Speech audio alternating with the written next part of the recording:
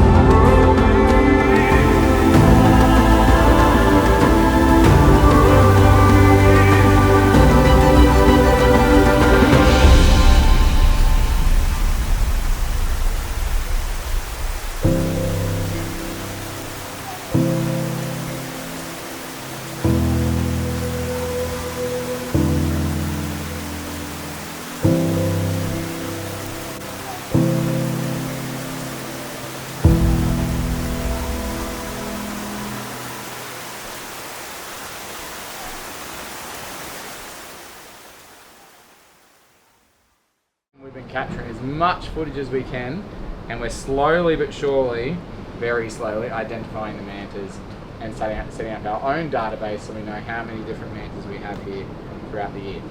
This past week we had a group led by a marine scientist visiting the resort, travelling all the way from the US with a shared love for the ocean. And for our kids, this was something really special. After joining the crowd for some of the other informational sessions, it was now their turn.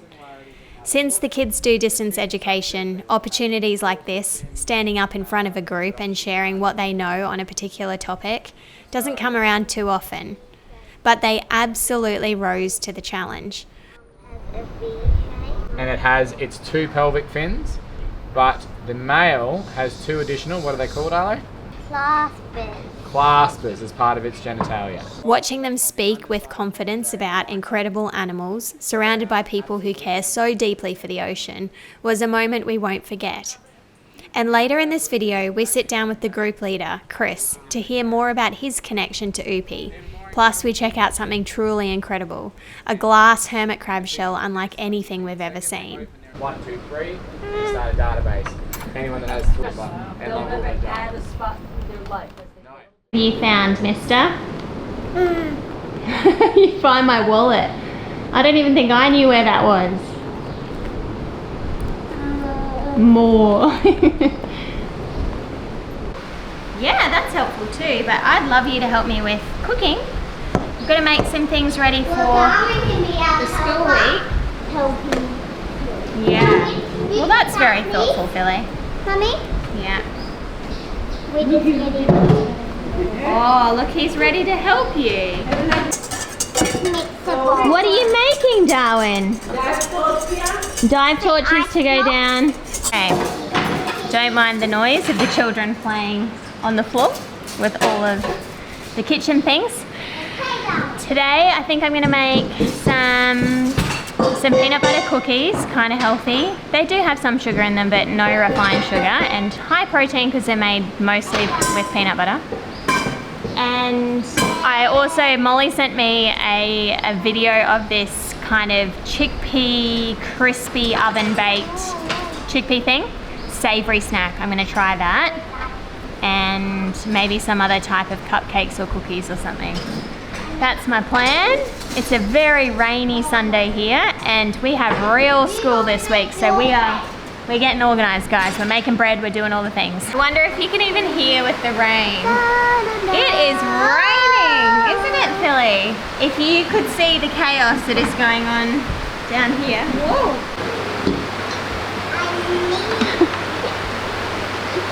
So the goal is we're making a like crunchy chickpea and seed bar, and it's going to go really crispy. And the glue that holds it together is chia seeds and flax seeds, ground flax meal. 1, 2. Well, you can be the first to try this when it comes out of the oven. I don't think this takes very long to bake. And a little bit of water to make that swell up.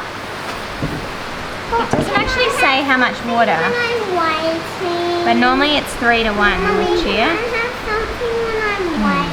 It is bucketing. I feel like that'd be about a can of chickpeas. Do you reckon? I think so.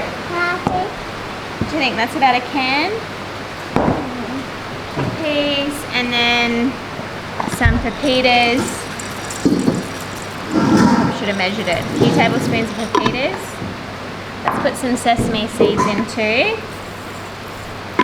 And some paprika. I don't have the garlic powder yet. Margie's gone shopping for me, so we'll see if... Oh, Darwin. Afternoon tea. It's me. Darwin boy. Not exactly how I saw this afternoon tea going. But we won't cry over spilt puffs. Okay, you guys, I've learned a lesson. I really shouldn't film recipes until I've tried them. This one didn't actually go so well. It just didn't crisp up in the oven, and the flavors to me were just a bit flat. The kids kind of hated it. But thank you, Molly, at least, for making me feel better and eating it. Let's move on to the peanut butter cookies. These are super simple. 1 cup of coconut sugar, 1 cup of peanut butter, 6 tablespoons of almond milk or milk of your choice. We have a dairy allergy in this house, so I love a cookie with no dairy in it. 1 teaspoon-ish of vanilla bean paste, 1 teaspoon of baking soda. And then you just have to bring this mixture together until it's nice and smooth before you add your next dry ingredients. You can see here it's a little thick and lumpy. Just keep working it until it gets nice and smooth. I actually had crunchy peanut butter here, so that's why you can see little lumps. And then it's 1 cup of spelt flour. I can't remember what these cookies were like last time I made them. These are very sticky. So I did end up actually adding about half a cup more spelt flour. You can just judge it based on how sticky the biscuits are. If they're coming together in your hands and not sticking too much, then that's perfect. Then you want to roll them out and put them on a tray, and they bake for about 12 minutes or until they're nice and brown on the bottom, and leave them to cool on the tray as well.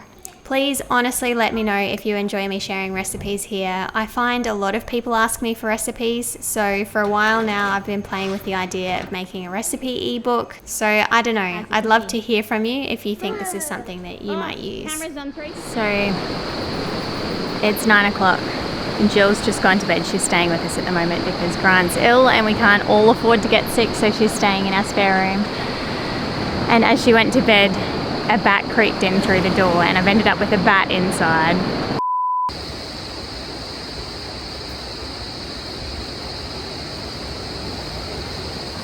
Seriously, I have a bat inside. I'm still up. The kids have only just gone to bed on a school night, and it's 9 o'clock and now there's a bat inside. Oh my god. Which I can't get out. I've turned all the lights off inside the house and I've closed off all the doors to the back rooms, and I've opened our front door here with the lights off in hopes that the bat will come out here to this light. But as far as I know, it's still in there and it's a bit confused, and this is not a one-man job.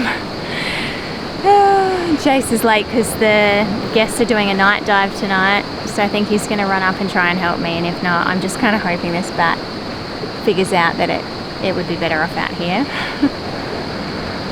It's kind of beautiful. Also, all the white ants are inside, so despite the house being completely screened, probably the biggest controversy of our house tour video was, how do we keep the bugs out? the house is screened, but bugs like this, or the white ants, the termites, they erupt when it rains like this, and there's no keeping them out. They just come in through the screens and they're attracted to any kind of light whatsoever. So yeah, it's probably better to have all the lights off right now anyway and get all the termites out.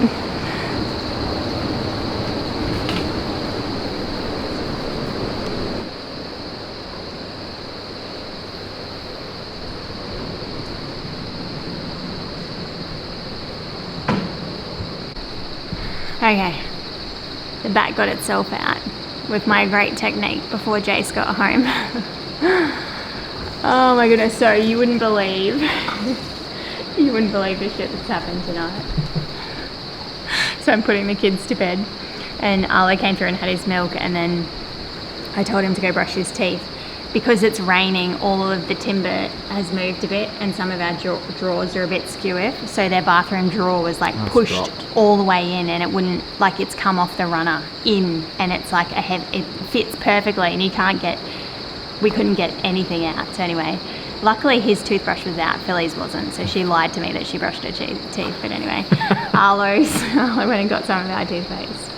Then I go into my room, and a few nights ago the kids had a gecko in their room and got totally freaked out. We've evicted a gecko, he's come back in. And then today during the day I could smell a gecko poo in our room, and I was like, oh, there's a gecko in here again.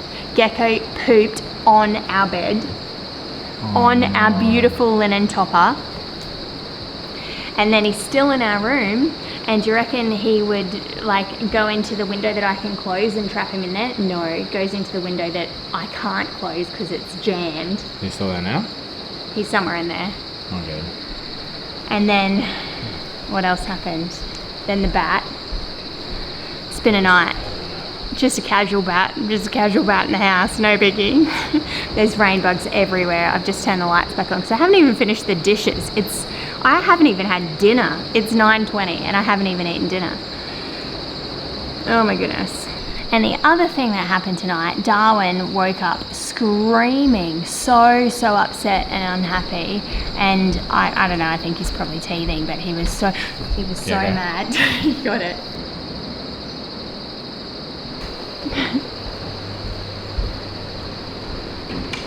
Bats out. Keep the bats out. Quick. Yeah, we rarely get critters inside.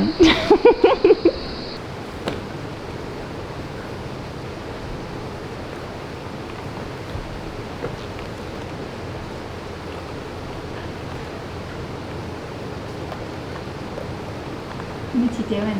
Look at your cards. It is so wet. The rain has not stopped in more than 24 hours. There's a bit of thunder around too. It's been pretty hectic. And we're a bit stir crazy, aren't we, Darwin?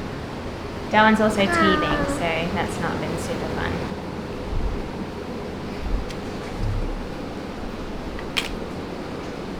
Are you all finished? Done? Do you want to go have some lunch? No.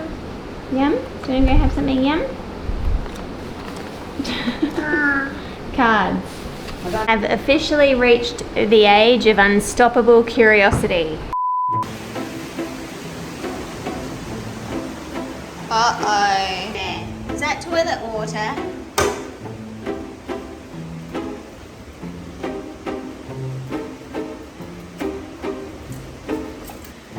Oh, Darwin. Do you want to put that one away? I don't know. What's the vote? Is toilet water gross or not that gross? It's a pretty clean toilet.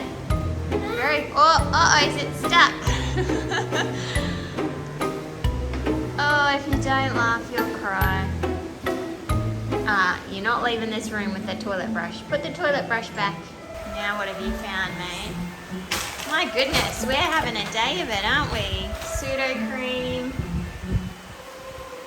Oh no, don't eat it, yucky. And Darwin, I've got something for you. Did you make this? Yes. Darwin, be very careful. Whoa, Philly! Do you still feel nervous about school? Was it pretty fun? Nice. Whoa, my big school girl. Uh-oh. Uh-oh. No one's coming in for a cup of tea. Daddy, you're too good.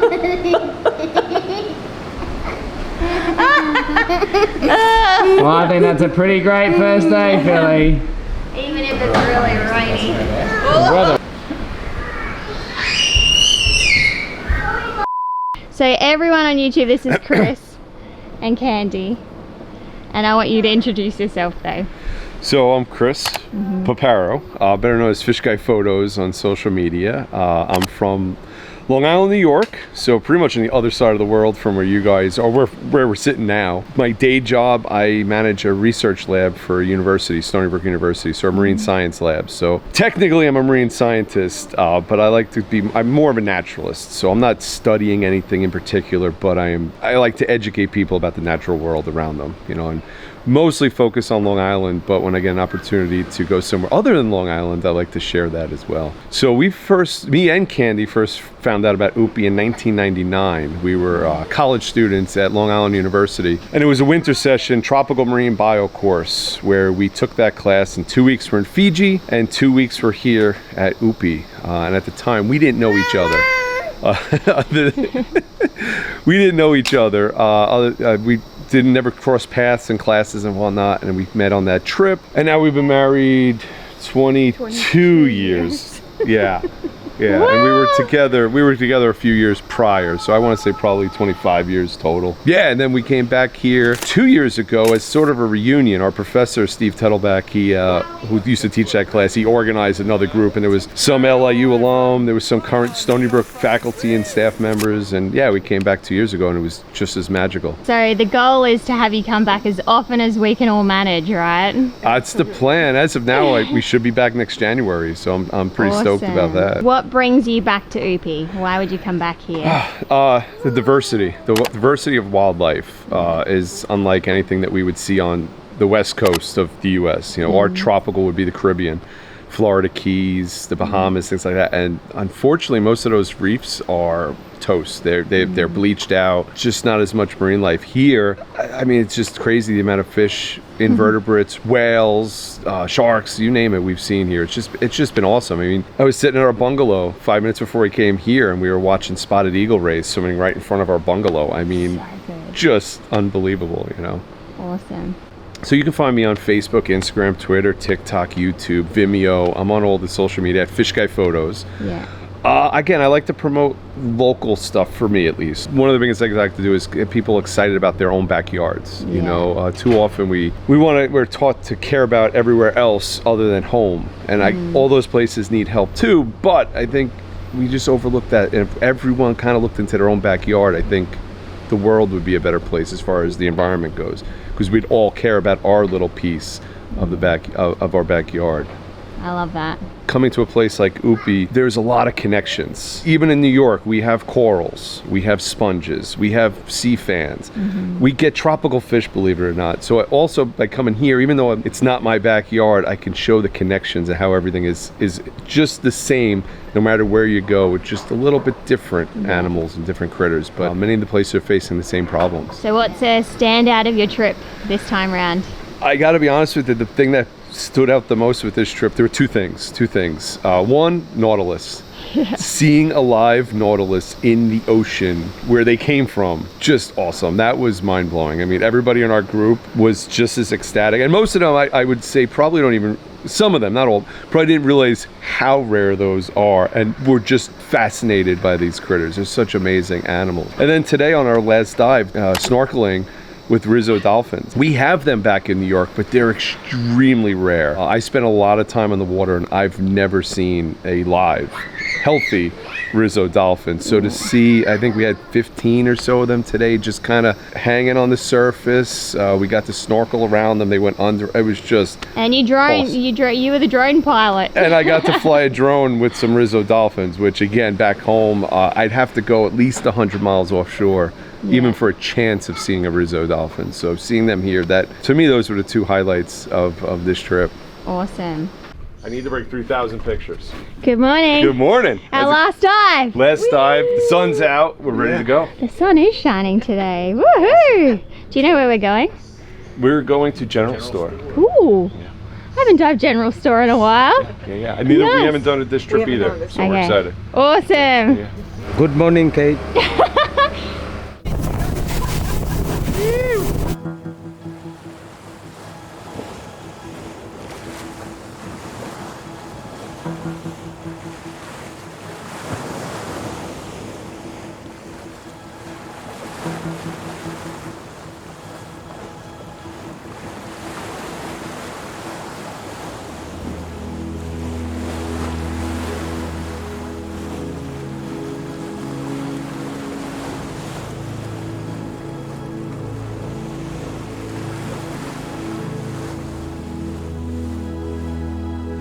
Beneath the surface, the world is different. Down here, the noise of our busy lives fades away. There's no rush, no distractions, just the quiet pulse of the ocean. And if you listen closely, the reef has a way of speaking to you, not in words, but in colour, in movement, in the silent conversations of fish darting around us, and those massive, impressive coral cities older than time. Everywhere I look, there's life, an explosion of it, fighting, thriving, adapting. But I can't shake the feeling that it's also holding its breath, waiting. Because this place, this world beneath the waves, is changing faster than it ever has before. I wish I could bring everyone down here, let them feel it, let them see what's at stake. Maybe, just maybe, if you're watching this, if you're feeling this, we've already connected. And if we care enough to listen, maybe we can answer back. What do you think the reef would say if it could talk?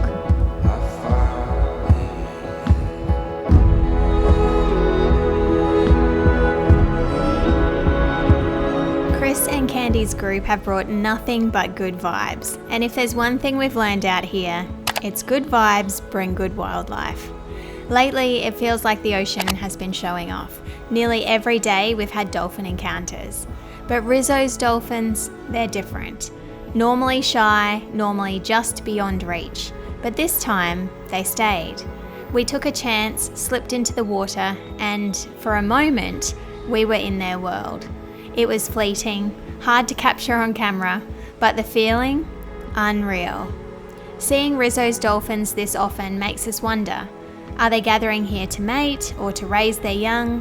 Whatever the reason, it feels like we're witnessing something rare and something really special.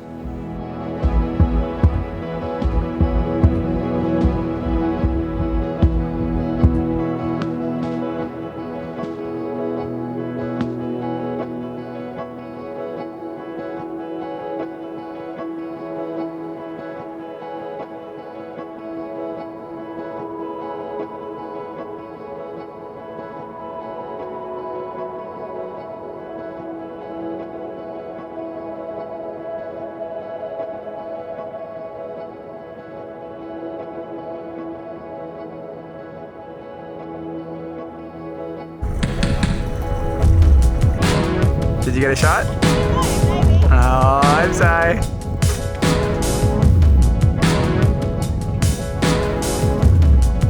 Hey!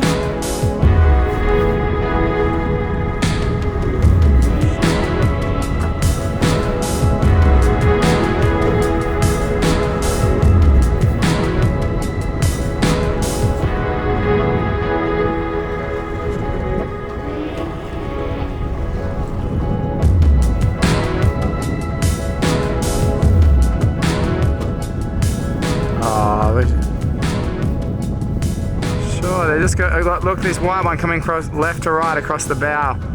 Right here. Whoa!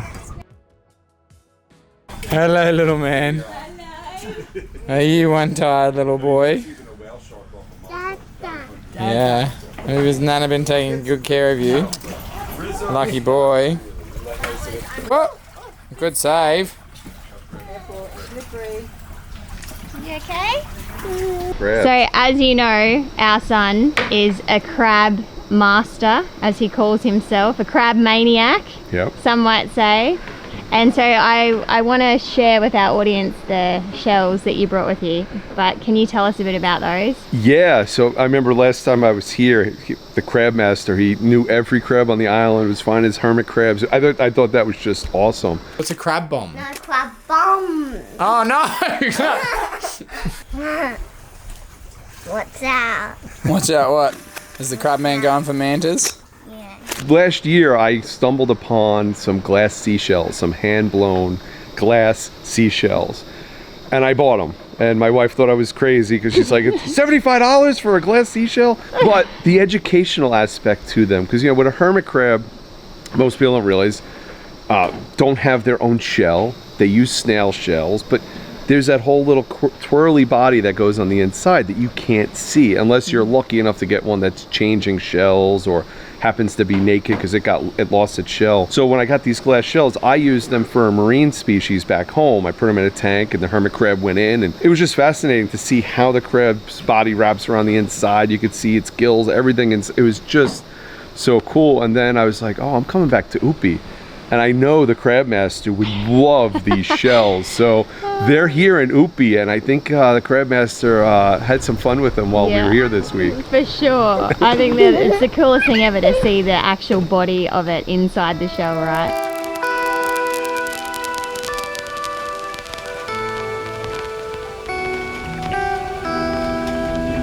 So I've given these shells to a bunch of crabs. I've only had 2 or 3 that have gone in the big one.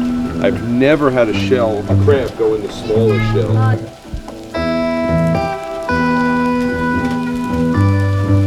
On our island, hermit crabs are everywhere, but we rarely stop and wonder what's really going on inside their shells. Unlike true crabs, hermit crabs have a soft, vulnerable abdomen.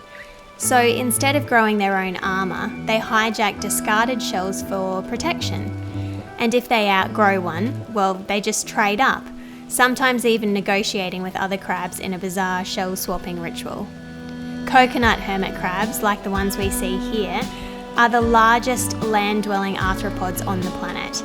They can live up to 60 years, climb trees, and even crack open coconuts with their massive claws. But despite their strength, young coconut crabs start life like any other hermit crab, using a shell for protection, only until their lower body hardens into a built-in exoskeleton.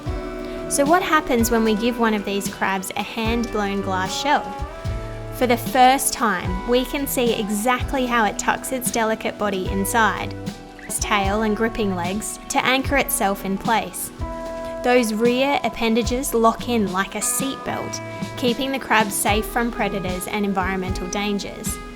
It's an intimate look at a creature we usually only see from the outside, and a reminder that even the smallest island inhabitants have evolved in the most incredible ways.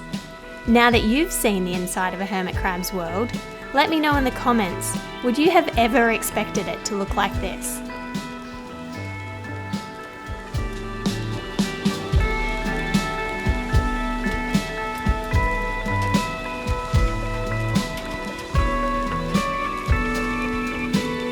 You can see that before that, but just when he wasn't improper, he'd use that and he'd make them like walking, and they walk into the shell and pull him in. You see, if I scare him, you see how they walk Retreat into their little house. That's really cool. So they're actually still Don't let him fall walking off. when Don't let- you see how he's using his little inside feet and he's like walking his way into the shell. You see those little things, they're walking into the shell. That's It's probably like what holds him in little legs. place. Legs on his tail, on his bum. And they're like little big, but they're like, you can see that before that, but just when he wasn't improper, he'd use that and he'd make them like walking, and they walk into the shell and pull him in. I find it amusing how we can go from intense science lessons to dance parties, but I guess raising island kids with big imaginations means stepping into their world too, where costumes hold power, music transforms a room, and anything is possible. Of course, we're not just parents, we're pirates, superheroes, wild creatures of the night. And yeah, the sweaty pile of costumes waiting to be washed, totally worth it. So if you're still watching at this point, willing to give us a solid half hour of your life, why not subscribe? More than 77% of you watching our videos are not yet subscribed, but it really does help our channel, and we appreciate you being here. Liana Via, guys.